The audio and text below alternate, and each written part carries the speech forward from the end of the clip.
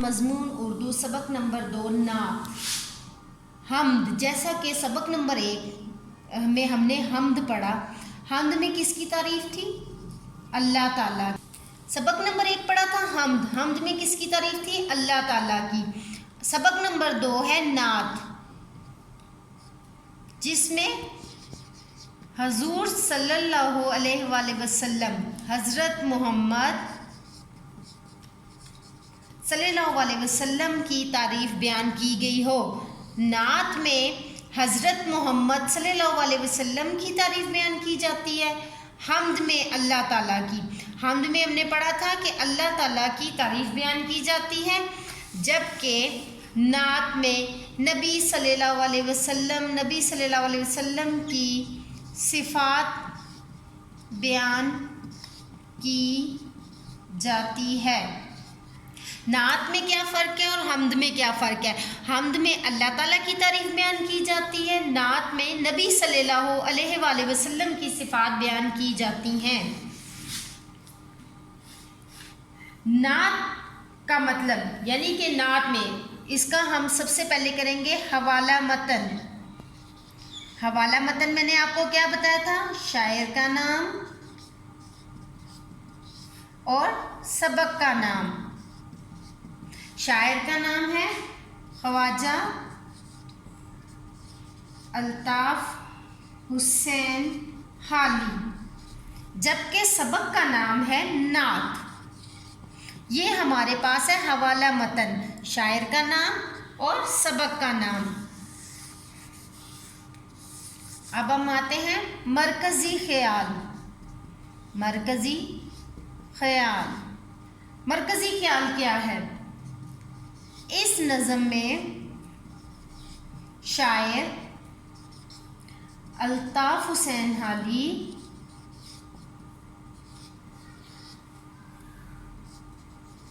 رسول اکرم صلی اللہ علیہ وآلہ وسلم کی ذات تمام مخلوقات کے لیے سراپا رحمت اور شفقت کو بیان کر رہا ہے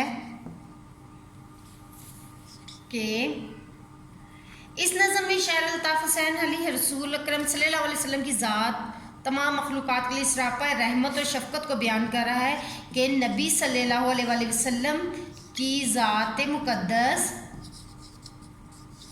تمام انسانوں کے لیے سراپا رحمت اور شفقت سے بھرپور ہے۔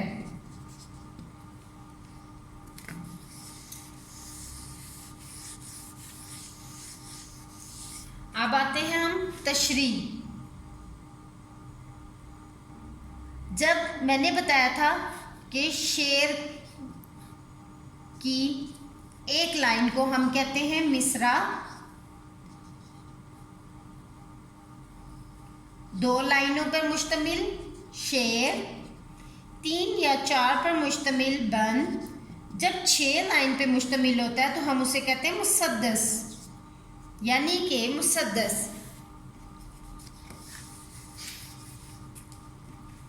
شعر نمبر 1 ہے وہ نبیوں میں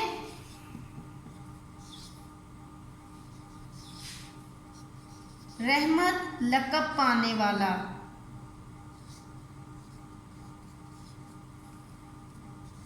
مرادیں غریبوں کی بر لانے والا۔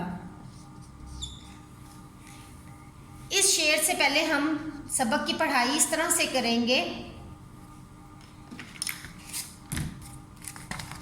یہ دیکھیں، نعت، جیسا کہ میں نے بتایا ہے حضور صلی اللہ علیہ وسلم کی صفات بیان کی جاتی ہیں، وہ نبیوں میں رحمت لقب پانے والا، مراد غریبوں کی بر لانے والا، مصیبت میں غیروں کے کام آنے والا، وہ اپنے پرائے کا غم کھانے والا، فقیروں کا ملجا، ضعیفوں کا ماوا، یتیموں کا والی، غلاموں کا مولا، خطا کار سے درگزر کرنے والا، بداندیش کے دل میں گھر کرنے والا، مفاسد کا زیر و زبر کرنے والا، قبائل کی شیر و شکر کرنے والا، اتر کر ہرا سے سوئے قوم آیا، وہ ایک نسخہ کیما ساتھ لایا، مس خام کو جس نے کندن بنایا، کھرا اور کھوٹا الگ کر دکھایا، عرب جس پہ کرنوں سے تھا جہل چھایا، پلٹ دی بس ایک آن میں اس کی کایا، رہا ڈر نہ بیڑے کو موج بلا کا، ادھر سے ادھر پھر گیا رخ ہوا کا۔ وہ نبیوں میں، اب میں آپ کو اس میں نئے الفاظ جو ہیں اس کے مطلب معنی، الفاظ کے معنی لکھواتی ہوں۔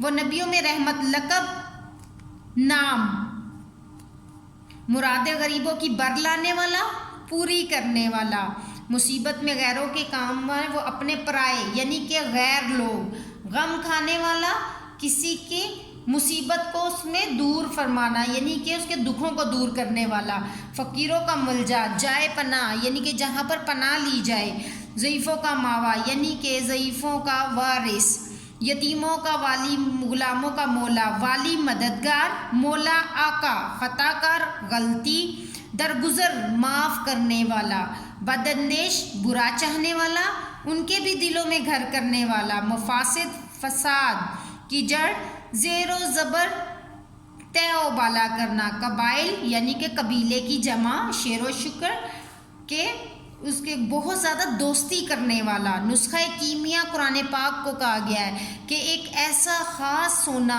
بنانے کا طریقہ، جس طرح قرآن پاک کو بنایا گیا، نسخہ کیمیا کو تشبیہ دی گئی ہے قرآن پاک سے۔ مس خام کو جس نے کندن بنایا، سونا بنایا، کھرا کھوٹا نکھر کے سامنے آنا، عرب جس پہ کرنوں سے تھا جہل جہالت، پلٹ دی آن میں اس کی کایا کہ اس کی بازی پلٹ کے رکھ دی، رہا ڈرنا بیڑے کو موجے بلا کا، مصیبتوں کی کثرت کا، ادھر سے ادھر گیا رخ ہوا کا۔ ان میں الفاظ کے معنی کو اپنی کاپی پہ لکھیں اور تشریح پر دھیان دیں۔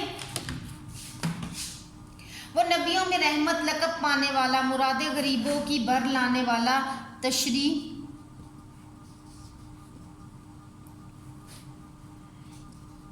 اس نظم میں شاعر نبی اکرم صلی اللہ علیہ وسلم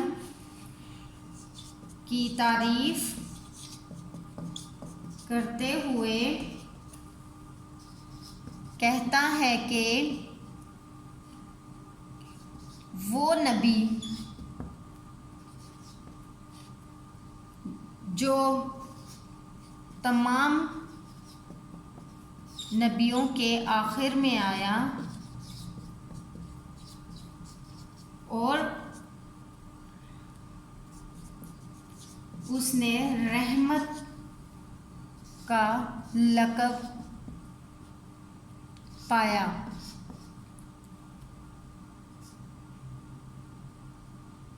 اور اسی نبی نے غریبوں کو سہارا دیا اور غریبوں کا ساتھ دیا۔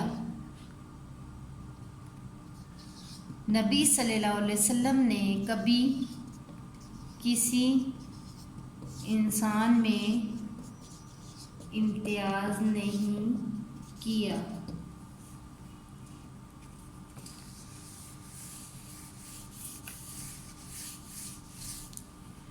شعر نمبر 2 ہے،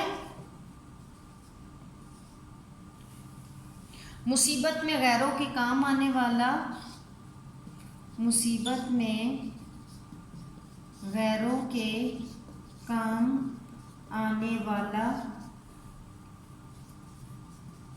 وہ اپنے اور پرائے کا غم کھانے والا۔ اس شعر میں شاعر نبی صلی اللہ علیہ وسلم کی تعریف کو ایسے بیان کرتا ہے کہ وہ نبی بہت عظیم شخصیت کا مالک ہے جس نے کبھی امیر اور غریب میں فرق نہیں کیا، بلکہ ہمیشہ غریبوں اور مصیبت زدہ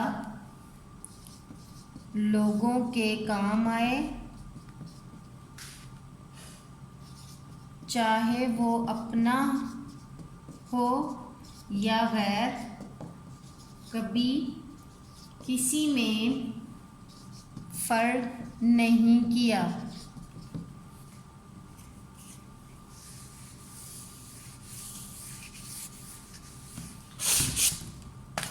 اسی طرح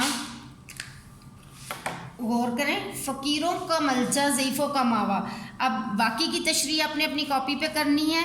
میں اس کی نمایاں خصوصیات اس طرح بتا دیتی ہوں کہ اس شعر میں شاعر کہتا ہے فقیروں کا ملجا، ضعیفوں کا ماوا، کہ وہ فقیروں کو اپنے گھر میں پناہ دیتے تھے اور ضعیفوں کے لیے جو ہے ہمیشہ حاضر رہتے تھے، یتیموں کا والد و یتیموں کی مدد کرتے تھے اور غلاموں کے آقا بن کے رہتے تھے، مطلب غلاموں کو آقا کہلائے۔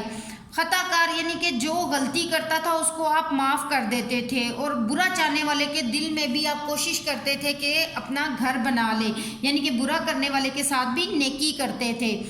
فساد کی جڑ جو بھی تھی مطلب فساد کرنے والے لوگوں کا تہ و بلا کرتے تھے اور ان کو سمجھاتے تھے اور ان کو اپنے حسن سلوک کی وجہ سے اپنا بناتے تھے۔ قبائل کو شعر و شکر یعنی کہ قبائل جو تھے ان کا بہادری کے ساتھ سامنا کرتے تھے۔ جب وہ ہیرا سوئے قوم میں آئے یعنی کہ سوئی ہوئی قوم میں اترے تو وہ ایک نسخہ لے کے آئے، یعنی کہ ہماری جہالت سے بھری ہوئی قوم میں جب وہ آئے اور انہوں نے ایک نسخہ پیش کیا جس کا نام قرآن پاک تھا۔ مصر خام کو جس نے کندن بنایا، یعنی کہ وہاں پہ جہالیت سے بھری ایک قوم تھی جس کو انہوں نے سونا بنایا اور کھرے اور کھوٹے کو الگ الگ کر کے بتایا کہ مسلمانوں کو کس طرح اللہ کی راہ پر چلنا ہے، اور جہاں پر جہالت تھی، ہر طرف جہالت تھی، اس کا کایا انہوں نے اللہ تعالیٰ کی پیغام کے ذریعے ایسا بدلا کہ قرآن پاک پر ان کا ایمان لیا اور ان کو مسلمان کرنے پر مجبور کر دیا۔ پھر انہیں کسی کا ڈر نہیں تھا اور مصیبتوں کا انہوں نے بہادری سے سامنا کیا، اور پھر ہوا کو ایک دم سے ایسا بدلا کہ لوگ جو ہے دیکھتے ہی دیکھتے مسلمانیت کی طرف آنے لگے اور نبی صلی اللہ علیہ وسلم کی پیروی پر عمل کرنے لگے۔ اسی طرح اس کو اپنی تشریح میں تحریر کریں۔ مختصر جواب دیکھیں۔ سوال نمبر 1 ہے رحمت کس کا لقب تھا؟ ابھی ہم نے اس میں پڑھا کہ رحمت نبی صلی اللہ علیہ وسلم کا لقب تھا۔ ہیرا سے کیا مراد ہے؟ غار ہیرا۔ ہیرا سے مراد ادھر دیکھیں، ابھی ہم نے یہاں پہ پڑھا اتر کے ہیرا سوئے قوم میں آئے، کہ آپ اتر کر ہیرا سے یعنی کہ آپ ایک عرش سے اٹھ کے ایک سوئی ہوئی قوم میں آئے تاکہ اس کو بیدار کر سکیں۔ پھر مصر خام کو کندن بنانے کا مطلب یعنی کہ جہالت سے بھری ہوئی قوم تھی جن کو اچھے اور برے کی تمیز نہیں تھی، آپ نے آ کر اچھے اور برے کی تمیز سکھائی۔ ار پر کیا چھائی ہوئی تھی؟ ار پر جہالت چھائی ہوئی تھی۔ مناسب الفاظ لگا کے وہ نعت پڑھتے ہوئے اس کو فل کریں۔ سوال نمبر 3 بھی اور درجل الفاظ کے محاورات کے معنی لکھیں اور انہیں جملوں میں استعمال کریں۔ محاورات ہیں غم کھانا، محاورات غم کھانا، مراد برلانا، درگزر کرنا، زیر و زبر کرنا، کایا پلٹنا، شیر و شکر کرنا۔ معنی غم کھانا، فکر کرنا، مراد پر لانا، مراد کو پورا کرنا، مراد پوری کرنا، درگزر کرنا، معاف کرنا، زیر و زبر کرنا،